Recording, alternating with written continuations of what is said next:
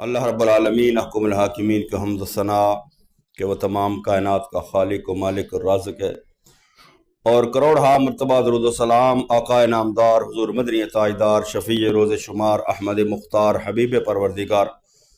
جناب محمد مصطفیٰ احمد مجتبی صلی اللہ تعالی علیہ وآلہ وسلم کی ذات بابرکات پر محبت و عقیدت کے ساتھ درود و سلام کے تحفے نذرانے پیش کرنے کے بعد خالق کائنات وحدہ لا شریک کی عظیم بارگاہ کے اندر دعا ہے کہ خالق کائنات اپنے پیارے حبیب کریم صلی اللہ تعالی علیہ وآلہ وسلم کے صدقے ہماری آج کی حاضری کو قبول فرمائے اور ہم سب پر اپنا کرم فضل اور مہربانی شامل حال فرمائے، عالم اسلام کی خیر فرمائے، ملک پاکستان کی خیر فرمائے۔ عزیزان گرامی، گزشتہ جمعۃ المبارک کو قرآن مقدس کی 30ویں پارے کی سورہ مبارکہ سورۃ التکاثر، اس کے حوالے سے گفتگو کا آغاز کیا گیا۔ کچھ مضامین گزشتہ جمعۃ المبارک کو بیان ہوئے، باقی گفتگو انشاءاللہ آج کے اس خطبہ جمعہ کے اندر۔ تو اللہ رب العالمین احکم الحاکمین ہمیں قرآن مقدس سمجھ کر اس پر عمل کرنے کی اللہ ہمیں توفیق نصیب فرمائے۔ عزیزان گرامی، اللہ رب العالمین احکم الحاکمین نے جو گزشتہ جمعۃ المبارک کا خلاصہ کہ مال کی محبت اور اپنے آپ کو بڑا ظاہر کرنے کی خواہش نے انسان کو اللہ رب العالمین احکم الحاکمین کی یاد اور ذکر سے غافل کیا، اور اسلام سے قبل بھی انہی چیزوں کو سامنے رکھ کر جو ہے وہ کسی کی بڑائی، کسی کی عزت جو ہے وہ کی جاتی تھی۔ جس کے پاس مال ہے، اولاد ہے، دولت ہے، معاشرے کے اندر اس کی عزت اور اس کا وقار ہے۔ لیکن اگر کوئی غریب بندہ، ماڑا بندہ، جس کے پاس ظاہری طور پر دنیاوی مال و دولت یا ظاہری دنیاوی اسباب نہیں، کتنا بھی پرہیزگار ہو، متقی ہو، نیک ہو، صالح ہو، اس کی معاشرے کے اندر عزت جو ہے وہ نہیں کی جاتی۔ تو خالق کائنات وحدہ لا شریک نے فرمایا الہاکم التکاثر حتی زرتم المقابر، فرمایا کہ یہ مال کی محبت نے تمہیں ہلاکت کے اندر ڈال دیا حتیٰ کہ تم قبروں تک جا پہنچے۔ تو کفار و مشرکین نے اپنے بڑوں کی قبروں کو گنا،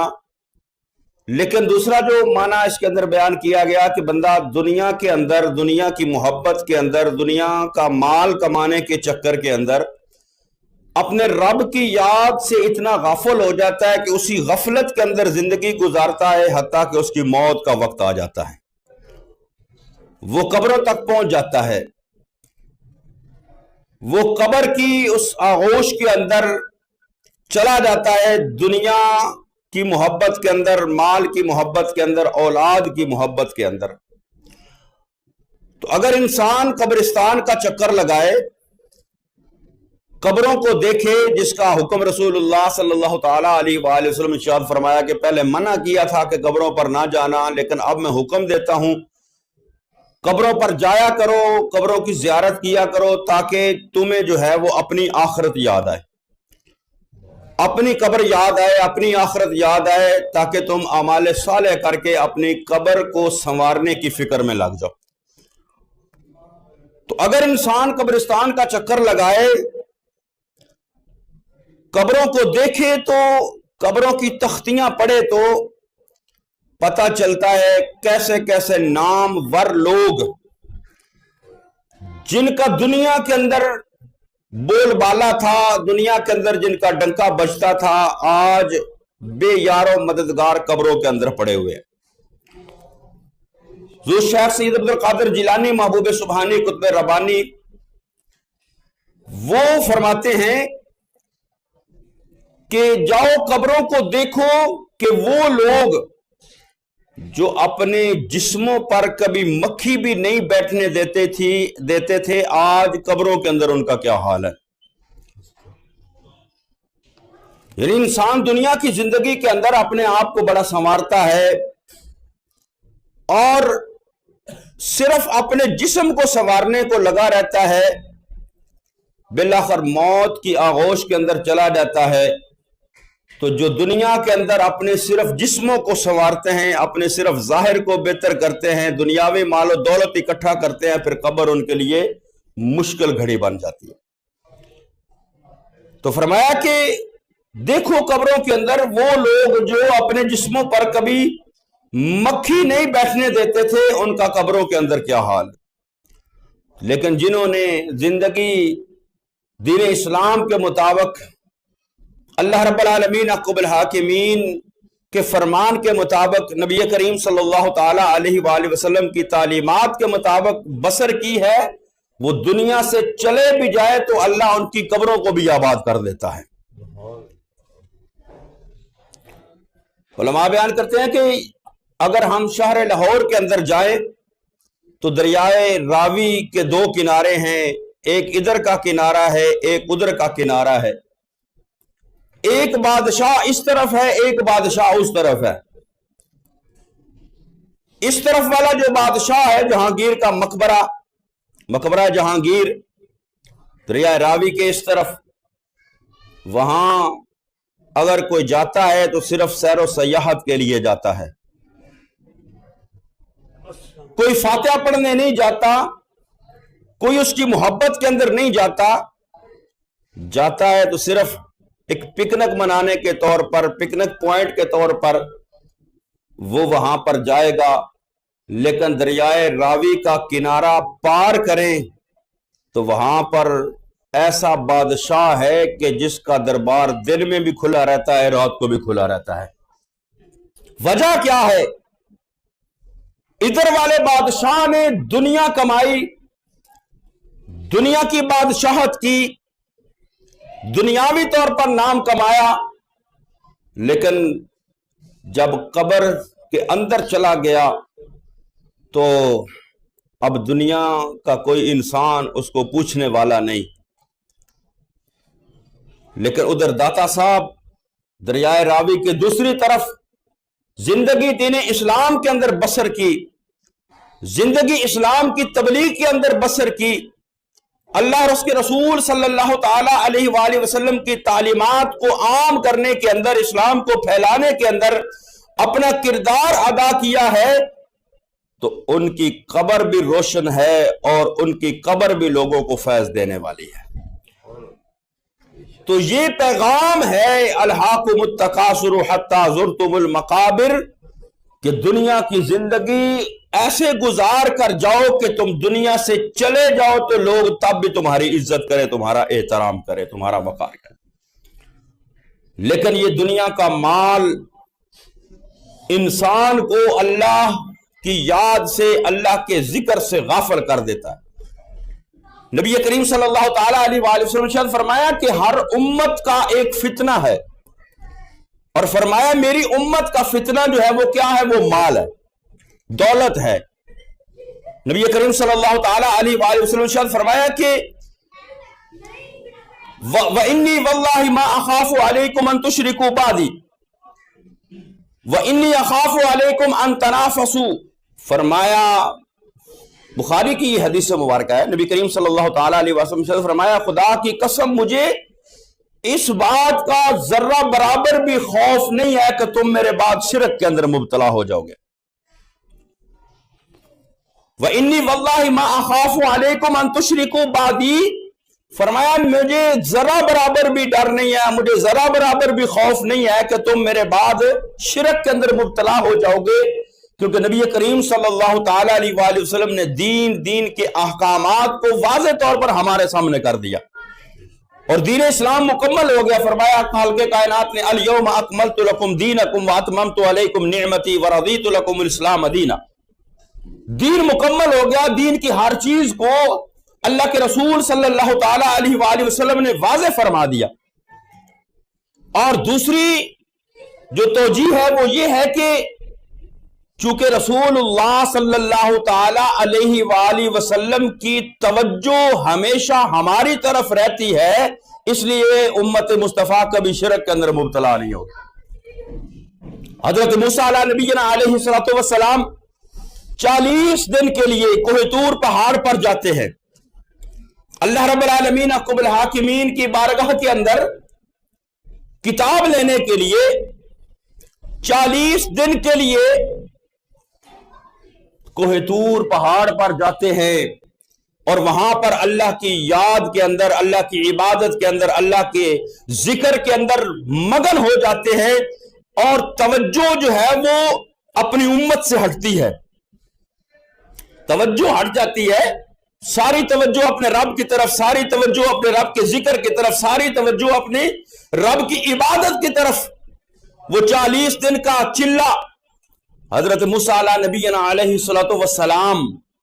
جو ہے وہ کوہ طور پر جاتے ہیں، پیچھے قوم کیا ہوتی ہے؟ قوم شرک کے اندر مبتلا ہو جاتی ہے۔ قوم نے وہ گائے کا بچڑا بنایا اور اس کی پوجا کرنی شروع کر دی، لیکن یہ رسول اللہ صلی اللہ تعالی علیہ وآلہ وسلم کا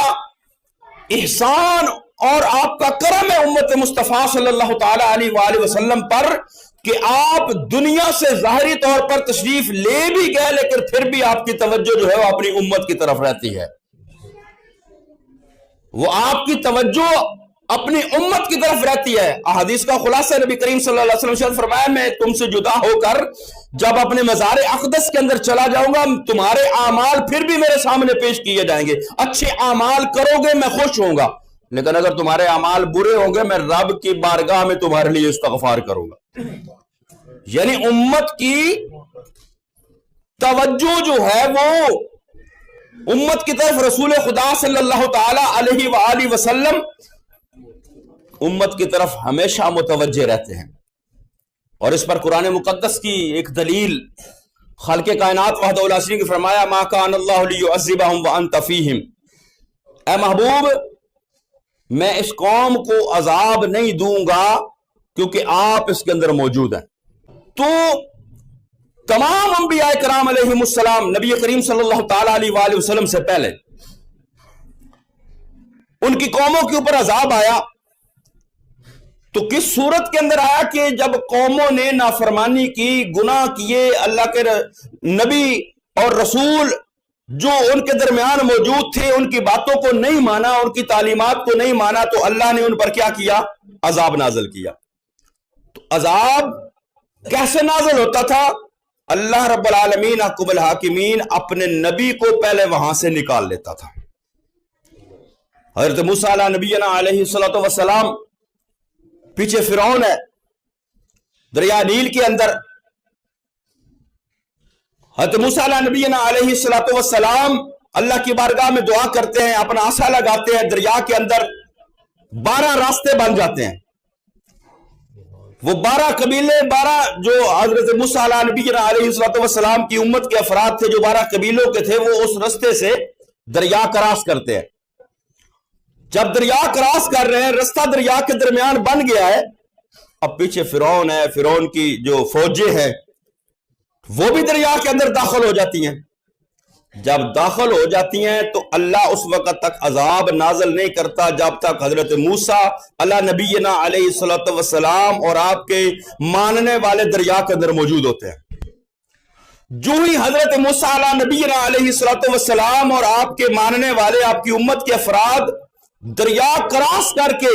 دوسرے کنارے پر پہنچتے ہیں، اب نبی اس دریا سے نکل گیا، اللہ کے پیغمبر جب دریا کراس کر گئے تو ادھر فرعون اس دریا کے اندر ہے، تو اللہ نے پانی کو حکم دیا، پانی کو ملا دیا اور فرعون کو اس کو غرق کر دیا۔ یعنی اللہ اس قوم کے اندر اس وقت تک عذاب نازل نہیں کرتا جب تک اس قوم کا نبی اس کے اندر موجود ہو۔ جتنے انبیاء کرام گزرے، جن کے واقعات جن ملتے ہیں احادیث کے اندر، تاریخ کے اندر، اور جن قوموں کے اوپر عذاب نازل ہوا ہے، ان سارے واقعات کو اب دیکھیں، پڑھیں تو یہی پتا چلے گا کہ ان قوموں پر عذاب نازل ہوا تو تب ہوا جب وہ نبی اس قوم سے نکل گیا، پھر اللہ نے عذاب نازل کیا۔ اگر ہم آج اپنے گریمان کے اندر جھانکیں، اپنے آپ کو دیکھیں، تو جتنے گناہ پچھلی قومیں کرتی تھی وہ سارے گناہ آج ہم کرتے ہیں. ہر طرح کا گناہ ہمارے اندر ہے، لیکن ہمارے اوپر عذاب نہیں آتا. کیوں نہیں آتا؟ کیونکہ اللہ رب العالمین حکم الحاکمین نے فرمایا ما کان اللہ لیعذبہم وانت فیہم، اے محبوب میں ان کو عذاب دے کر کیا کروں گا، میں ان کو عذاب نہیں دوں گا جب تک آپ ان کے درمیان موجود ہیں. تو نبی کریم صلی اللہ تعالیٰ علیہ وآلہ وسلم اگرچہ ظاہری طور پر اس دنیا سے پردہ فرما گئے ہیں، لیکن آپ کی توجہ وہ اپنی امت کی طرف ہمیشہ رہتی ہے. اس وجہ سے یہ امت مصطفیٰ عذاب سے محفوظ ہے. تو فرمایا کہ مجھے کوئی خوف نہیں ہے کہ تم میرے بعد شرک کے اندر مبتلا ہو جاؤ گے، کیونکہ توجہ رسول اللہ صلی اللہ تعالیٰ علیہ وآلہ وسلم کی اس امت کے اوپر ہمیشہ رہے گی. لیکن فرمایا ایک ڈر اور ایک خوف ہے کہ تم کیا کرو گے، وَلَكِنِّي أَخَافُ عَلَيْكُمْ أَن تَنَافَسُوا فِيهَا، فرمایا کہ تم جو ہے وہ دنیا کی محبت کے اندر گم ہو جاؤ گے. مال کی محبت آ جائے گی، دنیا کی محبت آ جائے گی، تو یہ چیز جو ہے وہ پھر بندے کو اللہ کے ذکر سے، اللہ کی یاد سے غافل کر دیتی ہے، اور پھر اس کا خمیازہ جو ہے وہ جا کر قبر و حشر کے اندر بھگتنا پڑے گا. اللہ رب العالمین حکم الحاکمین نے فرمایا جو اگلی آیات ہیں، کَلَّا سَوْفَ تَعْلَمُونَ ثُمَّ کَلَّا سَوْفَ تَعْلَمُونَ کَلَّا لَوْ تَعْلَمُونَ عِلْمَ الْيَقِينِ. پہلی آیت کے متعلق مفسرین کرام فرماتے ہیں یہ قبر سے متعلق ہے کہ جو دنیا کے اندر اللہ کے ذکر سے غافل رہے گا اس کو پہلے تو قبر کے اندر عذاب دیا جائے گا. وہ قبر کے اندر جائیں گے تو ان کو پتا چلے گا کہ ہم کیا کر کے آئے ہیں. کَلَّا سَوْفَ تَعْلَمُونَ، پھر ثُمَّ کَلَّا سَوْفَ تَعْلَمُونَ، پھر قبر کے بعد جب حشر کا میدان لگے گا اس وقت بھی ان کے جو ہے وہ اعمال سامنے آ جائیں گے. پھر ان کو پتا چلے گا کَلَّا لَوْ تَعْلَمُونَ عِلْمَ الْيَقِينِ، پھر ان کو علم یقین حاصل ہوگا کہ جو اللہ کے رسول صلی اللہ تعالیٰ علیہ وآلہ وسلم نے فرمایا، جو قرآن نے فرمایا وہی بات حق تھی، ہم نے تو غفلت کے اندر زندگی گزار لی. لَتَرَوُنَّ الْجَحِيمَ، فرمایا پھر ان کو جہنم دکھائی جائے گی. حدیث طیبات کے اندر آتا ہے کہ جب بندہ قبر کے اندر جاتا ہے، قبر کے فرشتے سوالات کرتے ہیں، پوچھتے ہیں، تو اگر تو بندہ نیک ہوتا ہے، صالح ہوتا ہے، اللہ کا کرم اس کے اوپر ہوتا ہے، وہ قبر کے امتحان کے اندر کامیاب ہو جاتا ہے، تو اس کامیاب شخص کو پہلے جو ہے وہ جہنم کی طرف کھڑکی کھول کر دکھائی جاتی ہے کہ یہ دیکھو اگر تم کامیاب نہ ہوتے تو تمہارا ٹھکانہ یہ جہنم ہونا تھا. اب جہنم کی کھڑکی بند کر کے اس کی قبر کے اندر جنت کی کھڑکی کھول جاتی. لیکن اگر کوئی بندہ قبر کے امتحان کے اندر ناکام ہو جاتا ہے تو پھر اس کو پہلے جنت کی کھڑکی کھول کر دکھایا جاتا ہے کہ یہ دیکھو اگر تم کامیاب ہوتے تو تمہارا ٹھکانہ یہ جنت ہونا تھا، لیکن اب جنت کی کھڑکی بند کر کے اس کی قبر کے اندر جہنم کی کھڑکی کھول دی جاتی. فرمایا لَتَرَوُنَّ الْجَحِيمَ، فرمایا ان کو جہنم دکھائی جائے گی. اور جب مومن مسلمان کفار تو ویسے جہنم کے اندر یا نافرمان لوگوں کو اللہ جہنم کے اندر ڈالے گا، وہ جہنم دیکھیں گے، لیکن جو نیکوگار اور پرہیزگار لوگ ہوں گے وہ بھی جب پل صراط سے گزریں گے تو پل صراط کے نیچے جہنم ہے، اس وقت وہ جہنم اور جہنم کے ہونے والے عذاب کا مشاہدہ کریں گے. تو فرمایا لَتَرَوُنَّ الْجَحِيمَ ثُمَّ لَتَرَوُنَّهَا عَيْنَ الْيَقِينِ ثُمَّ لَتُسْأَلُنَّ يَوْمَئِذٍ عَنِ النَّعِيمِ. تو جب میدان محشر لگے گا، بندوں کے اعمال سامنے ہوں گے، تو جنہوں نے غفلت کے اندر زندگی گزاری یا جو کافر ہو کر گزرے، جنہوں نے اللہ اور اس کے رسول صلی اللہ تعالیٰ علیہ وآلہ وسلم کا انکار کیا، وہ تو اس وقت پچھتائیں گے ہی پچھتائیں گے. لیکن جو نیکوکار اور صالح لوگ ہوں گے جنہوں نے اللہ کی یاد کے اندر، اللہ کے ذکر کے اندر زندگی گزاری ہوگی، فرمایا وَلَا يُغَادِرُ صَغِيرَةً وَلَا كَبِيرَةً إِلَّا أَحْصَاهَا. سب کچھ جب نیکی، اچھائی، چھوٹی نیکی، بڑی نیکیاں ساریاں سامنے آئیں گی، تو فرمایا جو نیکوکار لوگ ہوں گے نا اس وقت وہ بھی پچھتائیں گے. وہ کس لیے پچھتائیں گے؟ فرماتے ہیں کہ وہ اس لیے پچھتائیں گے کہ جب وہ اپنے نیک اعمال کا اجر دیکھیں گے جو ان کو اللہ کی طرف سے دیا جائے گا، تو پھر وہ پچھتائیں گے کاش ہم نے جو تھوڑا بہت وقت بھی غفلت کے اندر گزارا ہے وہ بھی نہ گزارا ہوتا تو آج ہمیں اللہ کتنا اجر عطا فرماتا۔ تو گناہگار تو ویسے پچھتائیں گے کہ ہم نے زندگی غفلت کے اندر گزار دی، ہم نے نہ رب کو راضی کیا، نہ رسول اللہ صلی اللہ تعالیٰ علیہ وآلہ وسلم کی تعلیمات پر عمل کر کے اپنے محبوب کو راضی کیا۔ وہ تو پچھتائیں گے جب جہنم کے اندر جائیں گے، لیکن جو نیک اعمال کرنے والے ہوں گے ان کے اندر بھی پچھتاوا ہوگا، کاش ہم نے جو لمحات بھی غفلت کے اندر گزارے ہیں وہ بھی نہ گزارے ہوتے تو آج اللہ ہمیں اس سے زیادہ اجر عطا فرماتا۔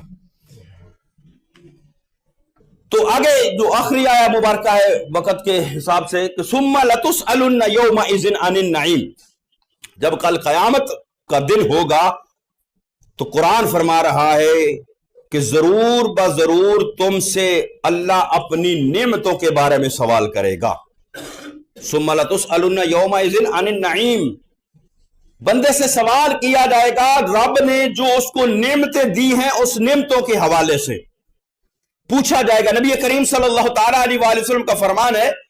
حدیث مبارکہ آقا کریم صلی اللہ تعالیٰ علیہ وآلہ وسلم نے ارشاد فرمایا کہ جب کل قیامت کا دن ہوگا تو اللہ رب العالمین احکم الحاکمین بندے سے 4 سوال کریں گے، اور ضرور بضرور اس بندے سے 4 سوال کیے جائیں گے۔ وہ کیا سوال ہیں؟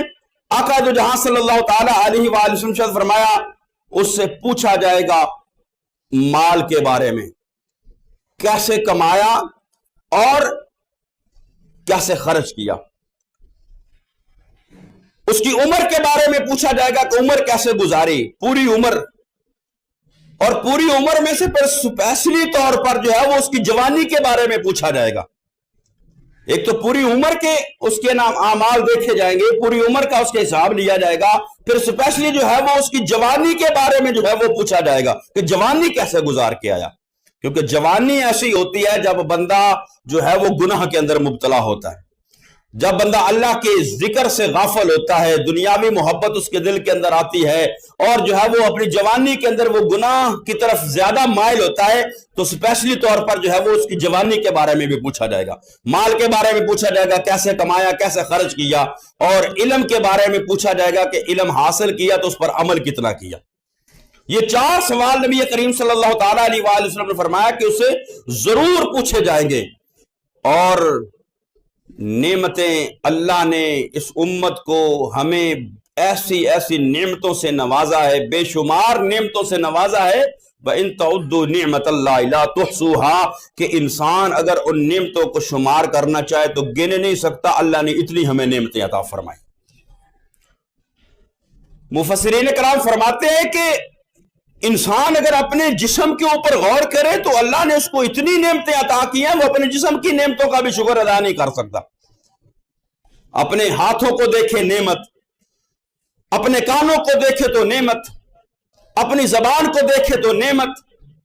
اور فرمایا اللہ رب العالمین احکم الحاکمین کہ ان السمع والبصر والفؤاد کل اولئک کان عنہ مسئولا، فرمایا جو اللہ نے کان، ناک، آنکھ دی ہے، فرمایا ان ساری نعمتوں کے بارے میں اللہ قیامت والے دن سوال کرے گا۔ صحت ملنا یہ بھی اللہ رب العالمین احکم الحاکمین کی نعمت، یہ طرح طرح کے پھل اناج اللہ نے ہمارے لیے پیدا کیے، یہ بھی اللہ رب العالمین احکم الحاکمین کی نعمت۔ حتیٰ کہ مفسرین کرام فرماتے ہیں کہ گرمی کی شدت کے اندر ٹھنڈا سایہ مل جانا یہ بھی اللہ کی نعمت ہے، گرمی میں ٹھنڈا پانی مل جانا یہ بھی اللہ کی نعمت ہے۔ تو فرمایا اور اگر انسان دیکھے اللہ نے انسان کو یہ جو دماغ عطا کیا ہے کتنی بڑی نعمت ہے، فرماتے ہیں کہ اگر اس ایک انسانی دماغ کا کمپیوٹر تیار کیا جائے تو امریکہ کے نیو یارک شہر سے بڑا کمپیوٹر بنے جتنا اللہ نے انسان کے اس دماغ کے اندر فٹ کر کے رکھ دیا۔ کتنی نعمتیں ہیں یہ، ہماری آنکھیں ہیں، پلکیں ہیں، یہ جب ہم چاہیں ان کو بند کر سکتے ہیں، جب ان کو چاہیں کھول سکتے ہیں۔ یونان کا ایک بہت بڑا امیر تاجر تھا، اوناسس اس کا نام تھا، اس کو جو ہے وہ ایسی بیماری لگ گئی کہ وہ آنکھوں کی پلکیں اپنی مرضی سے بند نہیں کر سکتا تھا، کھول نہیں سکتا، آنکھوں کی پلکوں کے پٹھے اس کے جو ہے جواب دے گئے، اس کی آنکھیں ہمیشہ بند رہتی، جب کھولنی ہوتی آنکھوں کے اوپر کوئی چیز لگاتے، ٹیپ لگاتے تو پھر وہ اپنی آنکھوں کو جو ہے وہ کھول سکتا۔ تو یہ آنکھیں اللہ نے ہمیں آنکھوں کے اوپر یہ پلکیں، آنکھوں کے اوپر یہ پپوٹے، یہ کتنی بڑی نعمتیں اللہ نے ہمیں عطا کی ہیں۔ اور اوناسس کہتا تھا کہ کوئی مجھ سے میری ساری دولت لے لے لیکن مجھے جو ہے یہ جو صلاحیت ہے مجھے میری واپس مل جائے۔ اور پھر ثم لتسألن یومئذ عن النعیم، حضرت امام محمد باقر فرماتے ہیں کہ اس نعیم سے، اس نعمت سے مراد رسول اللہ صلی اللہ تعالی علیہ وآلہ وسلم کی ذات بھی ہے کہ ساری نعمتیں ایک طرف، ساری نعمتوں سے بڑی نعمت جو ہے وہ ذات مصطفیٰ صلی اللہ تعالی علیہ وآلہ وسلم کی ہے، جس نعمت کے بارے میں قبر کے اندر بھی سوال کیا جائے گا، جس نعمت کے بارے میں حشر کے اندر بھی سوال کیا جائے گا۔ ہم قبر کے امتحانات کی طرف جائیں، دیکھیں تو کیا ہے، من ربک ما دینک ما کنت تقول فی حق ھذا الرجل،